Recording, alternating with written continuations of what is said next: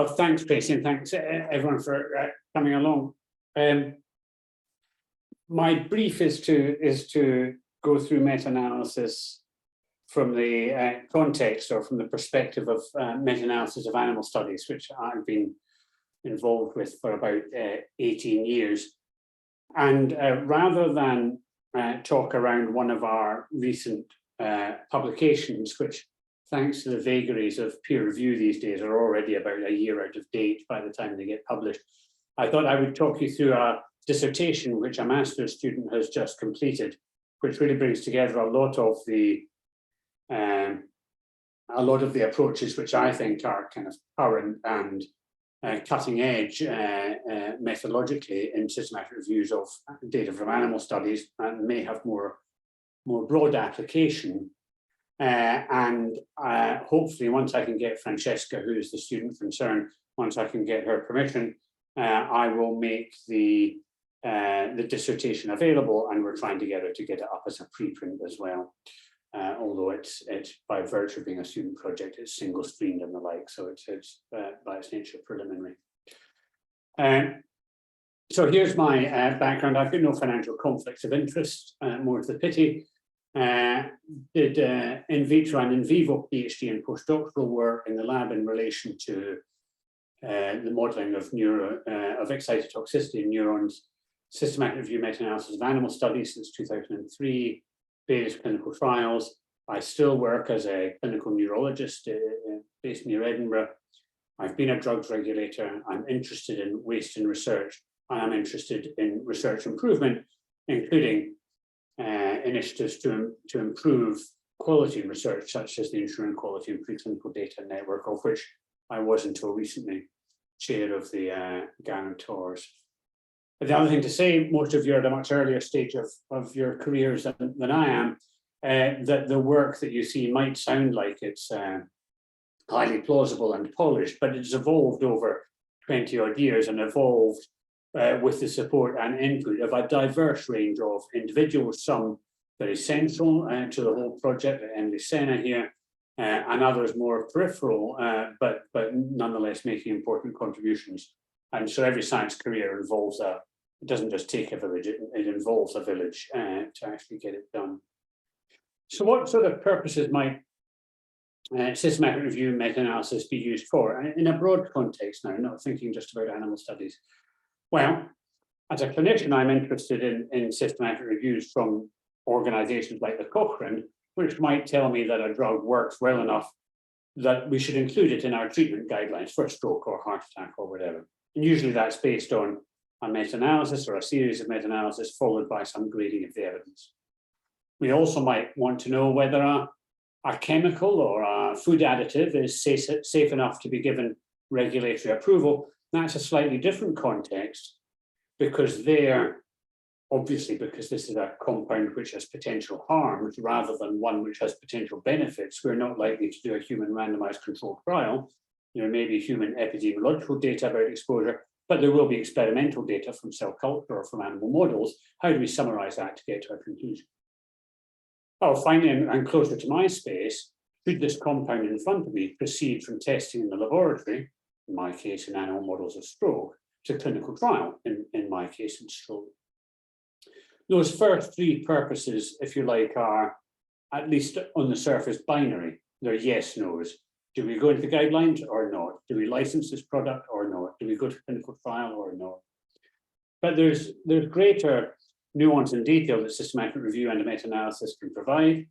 Kind of combined analysis provide greater precision or clarity of the overall effects than do individual studies.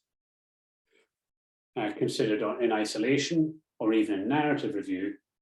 And importantly, kind of combined analysis tell us anything about the characteristics, the strengths, the weaknesses of a literature. And I think this last point is where meta-analysis of animal studies, of data from animal studies comes into its own, because to be honest, I'm not really interested in whether a stroke drug deployed in an animal model improves infarct volume by 20% or 30%. That's not going to be what makes the decision as to whether this drug goes to trial.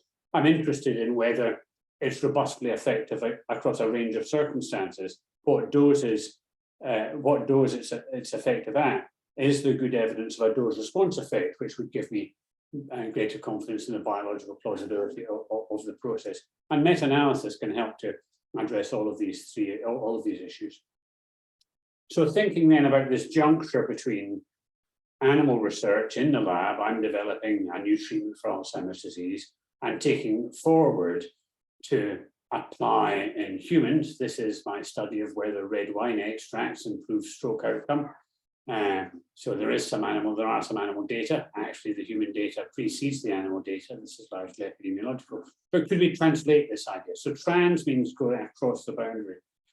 Cislation would be where we said, well, actually, there's not enough animal data extant just now when we do the meta-analysis, when we do the systematic review. We don't know about efficacy in a sufficiently broad range of circumstances. And so we need to do more animal research.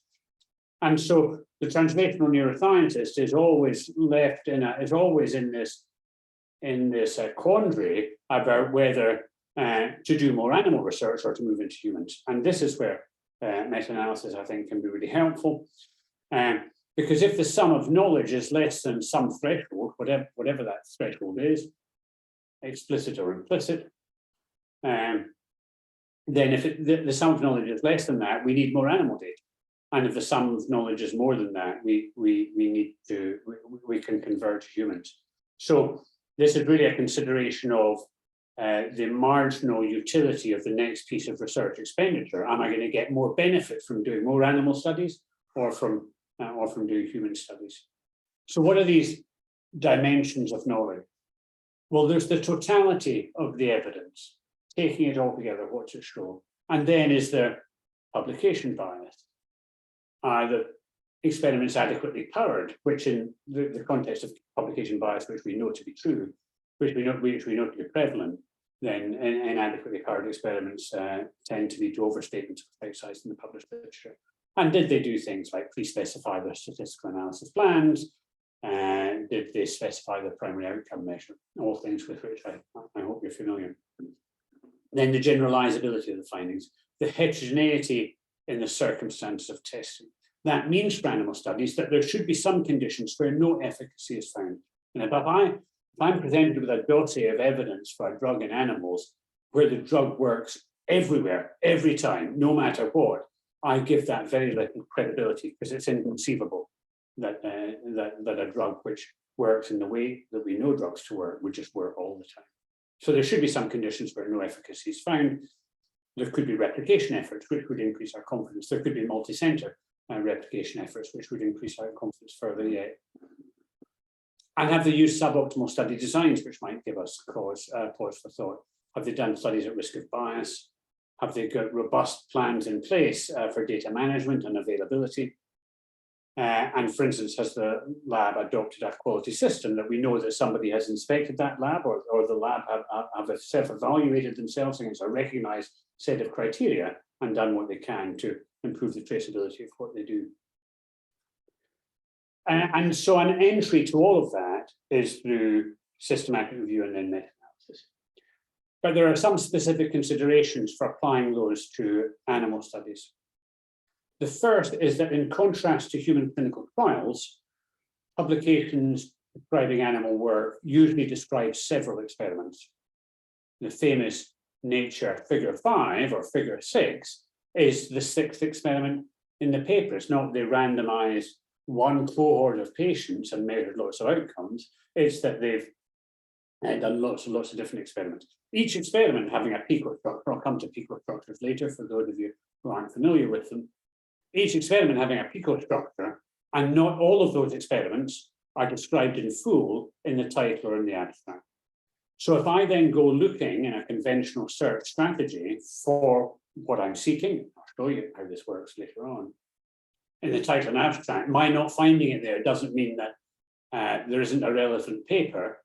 It might just mean that there is a relevant paper, but the authors didn't consider the thing that I'm interested in to be important enough in my review, for it to be important enough to elevate it to the title and abstract so it was surfaced to my search. And then the other consideration is that experimental populations in animal studies are usually very narrowly drawn and tightly defined. And for many years, there was a dogma, which is still abroad, to some extent to say that what you should do in an animal experiment is you should obliterate every single source of variation you can find apart from your intervention of interest. So the animals are identical in every other respect. So here's from the revised edition of Principles of Laboratory Animal Science. In most experiments, the objective is to determine the effect of different treatments. This has to be done against a background of uncontrollable variation, which should be reduced as far as possible. The unforeseen consequence of that for animal studies is that we've done a great job at designing experiments that tell us what happens in a lab in Edinburgh at 4 o'clock on a Monday afternoon, but don't generalize beyond Edinburgh on a Monday afternoon because there is no variability, heterogeneity in the circumstance of testing which would allow that. And Bernard Volkel, who's in Hannah Verbel's group, presents this thought experiment where you've got some biological response here, and then depending on the presence of a nuisance variable in the background in the experimental system, which may be known to the observers or may be latent, then you can either get a large biological response or a diminished biological response. And if you do your research here, you get this result. And if you do your research here, you get this result. And these are importantly sampling different parts of the same biology. This might be framed as part of a reproducibility crisis, but for me, both of these experiments are essential in understanding the biology which we're interested in studying, which in turn are essential for my decision as to whether to proceed or not to clinical trial. So having lots of heterogeneity is a good thing, so we need to be able to evaluate the heterogeneity. So this is just briefly some of the reasons that exist. This is our response to a UK government inquiry for non-replicable findings. Now there's category 3 suboptimal study designs, category 4 people made stuff up, but the thing we're interested in today, the claim that was made was valid under the particular circumstances under which it was tested, but is not observed, under the circumstances in which replication was attempted. These differences may be obvious or subtle, and their impact on the observed phenomena may or may not be important in understanding the question at hand. And then if we think about research improvement, just to use this slide since you're seeing it, if we want to improve research, we should focus on this, improving suboptimal research practices in design, conduct, analysis, and reporting of research. But our institutions seem to worry all the time about this. And so that's why I try and promote the idea of research integrity as being a problem of category 1 through 3 non-reproducibility, and researcher integrity being researchers making stuff up and a site for free. So in contrast to most human randomized controlled trials and meta-analysis, and I exclude from this experimental human research, which might be used in meta-analysis, human psychology experimental subjects research, which again have small sample sizes, our study populations in animal studies are homogeneous. Our study populations are small, 8, 9, 10 animals per group. When I started, I used to say 6 animals per group, so maybe we're improving a bit. But importantly then, the heterogeneity lies between studies, not within studies. And if you're looking at 100 studies testing a drug, and some sources of heterogeneity are obvious. They use different species, they use different sexes of animals, they use different doses of drug, they give it to a different route. But many are latent. We observe heterogeneity, it's beyond the heterogeneity that we would have observed by chance alone, but we can't work out what causes it, often because all of the fine details of husbandry and housing and lighting and temperature and whatever aren't reported in these papers. Next, results in the same paper or results in different papers but from the same group are more similar than those in different papers and those from different groups. And that's probably because those latent sorts of heterogeneity that we don't know about are common to a paper, are shared by all the experiments in a paper, are shared by most of the experiments from the same group. And so these are less dissimilar. The question is whether we account for that in our meta-analysis. And what I want to do is show you how we can do that. And what about when multiple outcomes are measured in the same cohort of animals? So we might be interested in a neurobehavioral outcome test that samples anxiety, and they might have put animals in an elevated plus maze or a Y maze or done a condition-free avoidance task, all of which are sampling different aspects of this thing that we're interested in. Do we consider these separate experiments? Do we nest them together and get a sort of combined estimate of effect for these anxiety-related outcomes? Or are there other ways in which we can account for these multiple outcomes measured in the same cohort of animals? So for our motivating example today, we've got Francesca's recently submitted master's project done with us over 12 weeks. She was a brilliant student. I'm now pleased to say that as of today, she's my brilliant research assistant. And as of September, she will be my brilliant PhD student. But she did a preclinical systematic review in animal models of psychosis, firstly to develop a systematic online living evidence summary, that's to say an online portal which sought to identify all the relevant primary research involving animals relevant to modeling of psychosis, and then testing the feasibility of this approach in an exemplar systematic review and meta-analysis. So for those of you who might not necessarily have a medical or a neuroscience background, psychosis is probably the cardinal feature of schizophrenia for sure, but also for schizoaffective disorders. In about 20 to 50% of patients, there's little or no response to treatment, and even in those patients who do enjoy a treatment response, there are often quite profound and troublesome side effects.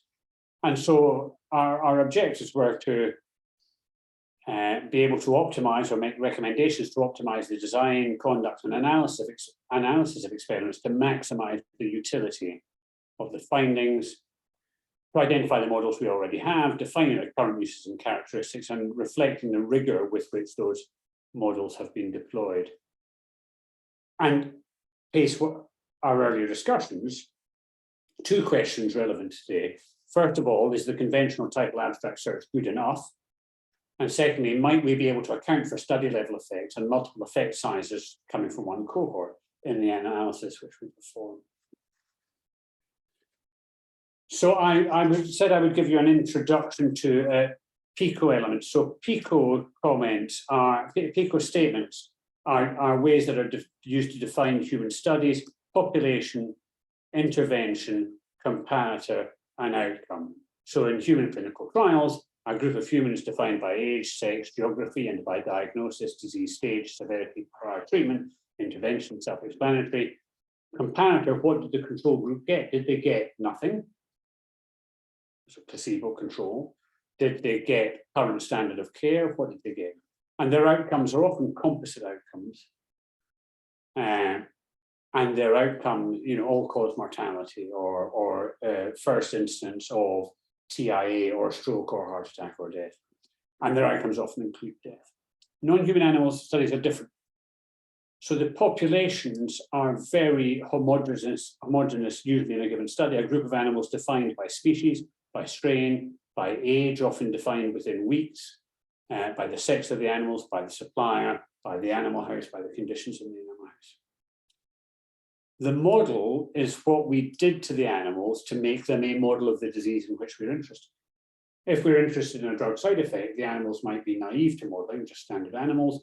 If we're interested in looking at the effects of focal ischemia, the intervention, the intervention will be the induction of focal ischemia.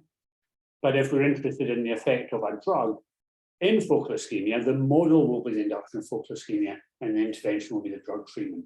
So here you immediately see a complication that this induction of focal ischemia might, in the same paper, provide results where that induction of focal ischemia is the intervention, and in the next paragraph present an experiment where the induction of ischemia is the model. Then comparator. The vast majority of these studies are untreated or vehicle treated, sorry for the typo, but in some circumstances, such as the use of stem cells as therapeutics, the use of antibodies as therapeutics, then more sophisticated comparators are used, for instance, IgG as the control for antibodies. And the outcomes are usually multiple and often across similar domains, and don't usually include death.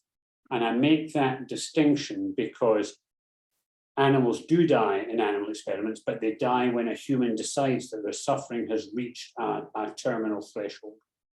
So when their behavior or their weight or whatever there are periods reaches the stage where the veterinarian thinks that they are suffering unduly, then they are dying, then they are euthanized. So while death in human studies is a spontaneous event, one would hope not induced directly by the trialists, death in animal studies is almost always induced by the experimenter, often with prior knowledge of the group to which that animal belongs, which, as you might imagine, brings a problem. So here's our third. What we're interested in this exemplar review is the poly-IC model of psychosis. This is where pregnant dams are exposed to poly-IC, which gives an inflammatory response. And this is used as to model some aspects of psychosis in animals. And here the outcome, which is being measured, is prepulse inhibition outcome. Prepulse inhibition is essentially the phenomena by which a prior stimulus attenuates the response to an acoustic startle. So an animal gets a prior stimulus, you give it an acoustic startle, and the effect of that stimulus is diminished in that animal. And this is impaired in animal models of psychosis. And we're interested in trying to capture all of those poly-IC models where they've used this as an outcome to find out what dose they used, when they gave the dose. Importantly, did they look for pseudo-replication? That's to say, counting the number of subjects as the number of pups rather than the numbers of exposed dams. And this is the standard approach. You construct a search where you say, well, give me everything in PubMed that relates to psychosis, and give me everything in PubMed that relates to animals, and give me everything in PubMed that's not primary research or reviews or op-eds or whatever. And then I combine 1 and 2 together. So this is psychosis research in animals. I get rid of the stuff that's not relevant. And then within this, I've got another 2 phases, one where I look for poly-IC and one where I look for prepulse inhibition. And I look where all of these intersect, as it were. So I look here, and that gets me 86 hits, of which 69, when a human screens through them, are relevant. So that's pretty good. It seems to be getting us what we want. What about the SOL strategy? So this is the systematic online living evidence summary. In part 1 of this, what we do is the first thing we did in the PubMed search. We take a search term for psychosis, a search term for animals, and we get rid of the non-relevant publications. And that returns about 140,000 hits. Difficult, you might imagine, for a master's student to go through in 12 weeks.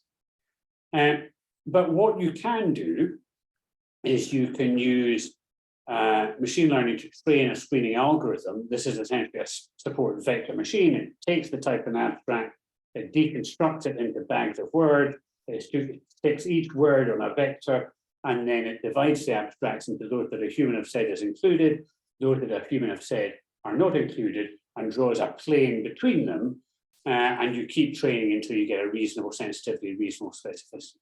So we trained on 2,300 human screen, about a 10% inclusion rate, and the algorithm performed with a sensitivity of 95%, specificity of 93%, and applying that to all of these papers gave us 16,000 papers, which are our fourth cohort. And now to get our articles of interest, we get hold of the full text of these, and we managed to get just under half of them. We convert them to text, which is relatively straightforward most of the time, and then search through the full text with regular expressions developed to identify the mention of poly-IC, the mention of prepulse inhibition, and then we apply that, and then we look at the intersection of poly-IC and prepulse inhibition in this. And when we apply that just to title and abstract, we get 51, which is on a par with perhaps what we were getting in PubMed. But when we add in the full text, where we've got it available, remember we've only got it available in half, we return an additional 36. So overall, this approach is getting 87 relevant articles compared with 69. Are these the same articles? Well, they're not. So here's the citations without PDF text available. I'm going to blow this. So we've got 9,000 without full text, 6,500 with full text. And we identified 28 in this without full text using the same approach just on title abstract. We identified 23 here, and there's another 36 on full text. So one might imagine that there's also another some number in here, if only we had the full text to be able to find it.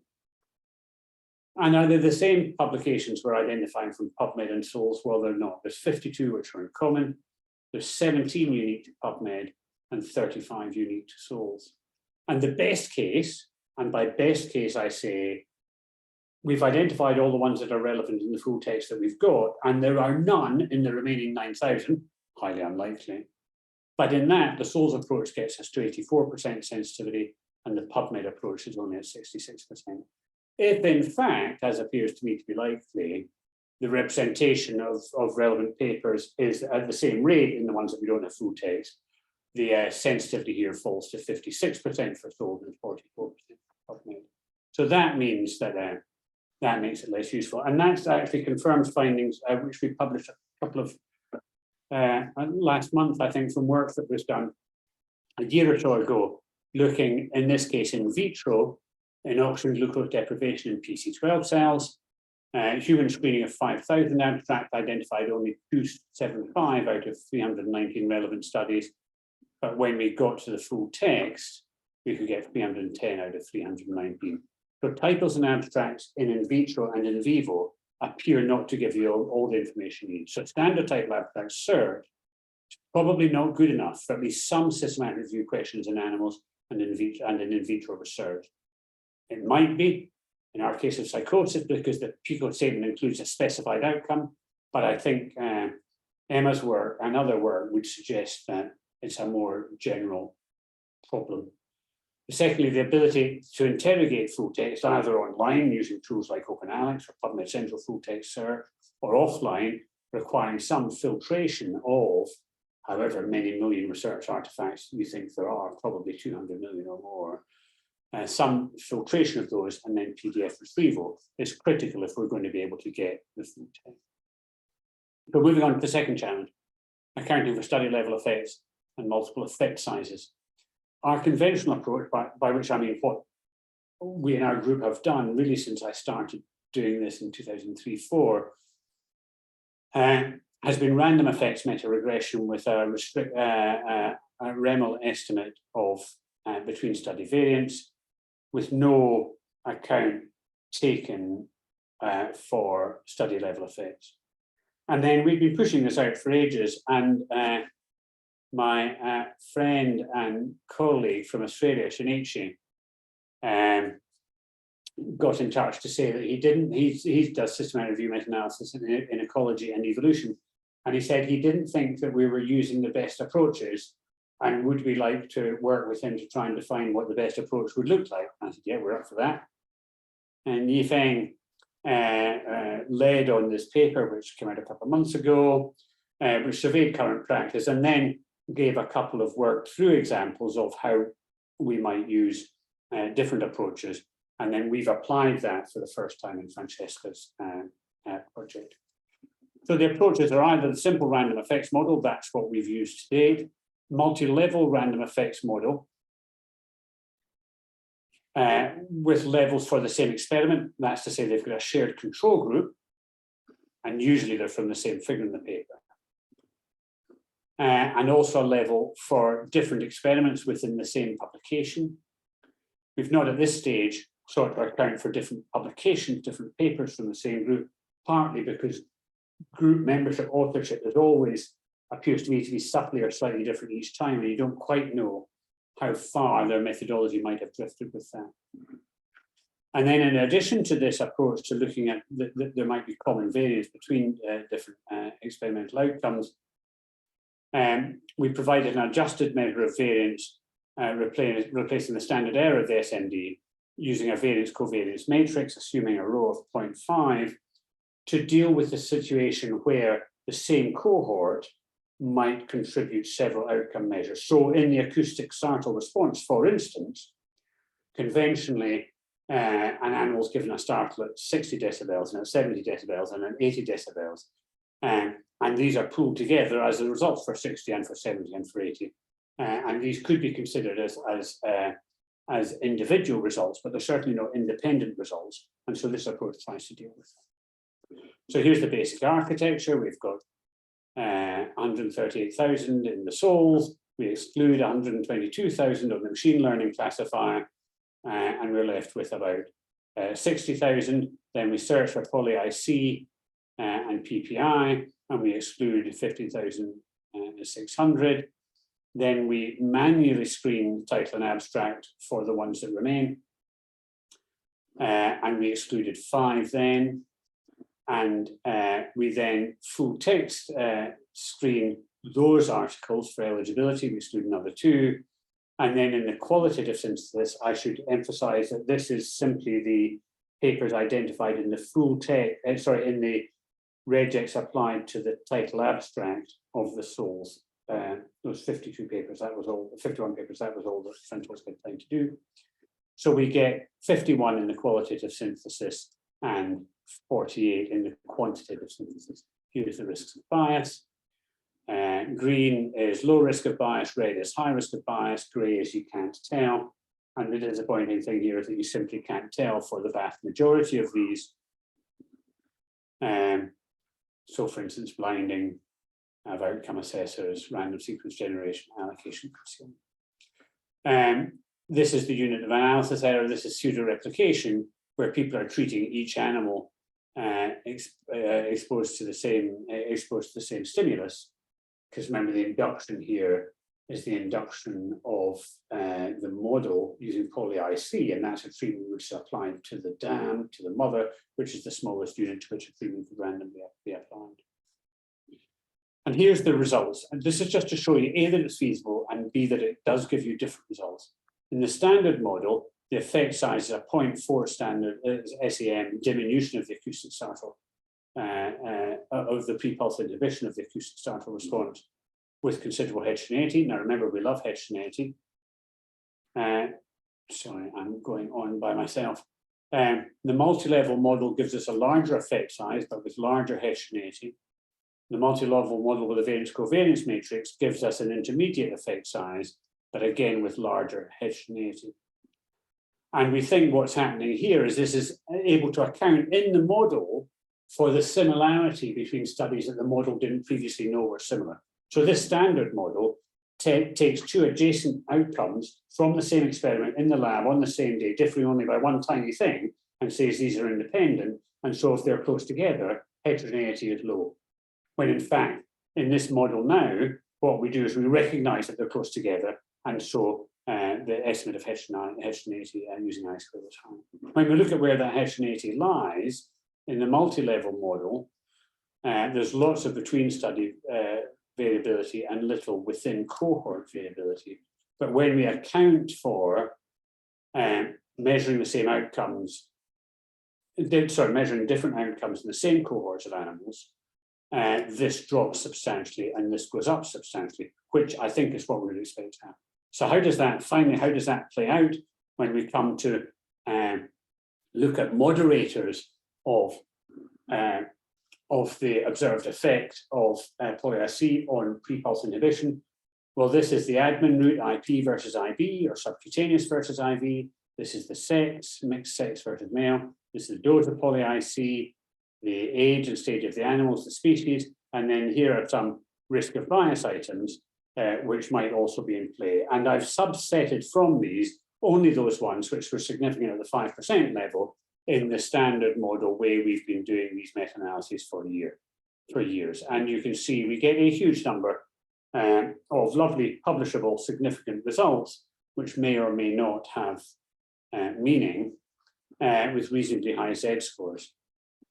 Simply by accounting for the observation that many of these experiments come from this, many of these data points come from the same experiments or from the same for the same papers, all of a sudden we lose a whole load of this explained variance in terms of the Z score, and we lose a whole load of the statistical significance.